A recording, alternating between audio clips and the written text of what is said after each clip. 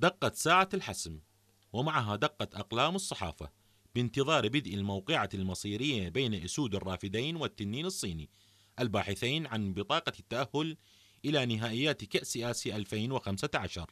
صباح اليوم خرجت علينا الصحف العراقية والصينية بمانشيتات عريضة، وأبدت اهتماما منقطع النظير بالمواجهة لمعرفة صاحب البطاقة الثانية في المجموعة الثالثة. وخصصت صحيفة أسبوع البطل عددا خاصا باللقاء، وكتبت في صدر صفحتها الأولى مانشية عريضا جاء فيه: سنعبر السور.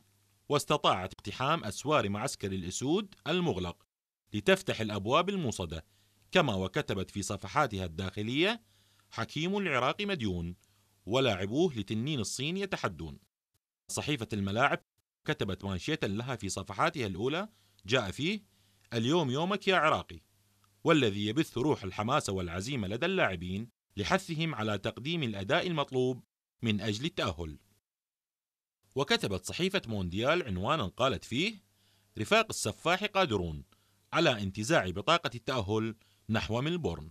فيما أجرت الزمان الرياضي استطلاعا مع الإعلاميين العرب الذين أجمعوا على أحقية أسود الرافدين في بلوغ شواطئ أستراليا. وفي الجانب الآخر، حيث الصحف الحمراء اعتبرت أن المباراة مصيرية، وهناك ضغطا شديدا على اللاعبين والمدرب الجديد ألان بيران الذي تم التعاقد معه قبل أيام قليلة من المواجهة. وعبرت وسائل الإعلام الصينية عن خشيتها من ملاقاة المنتخب العراقي في هذه المباراة، كما اعتبرت أن القلق يراودها من قائد المنتخب العراقي يونس محمود، وأكدت أن المنتخب العراقي يسوده ضبابية بوجود لاعبين شباب ومغتربين، فيما طالبت الجالية الصينية المتواجدة في الإمارات بمساندة منتخب بلادها.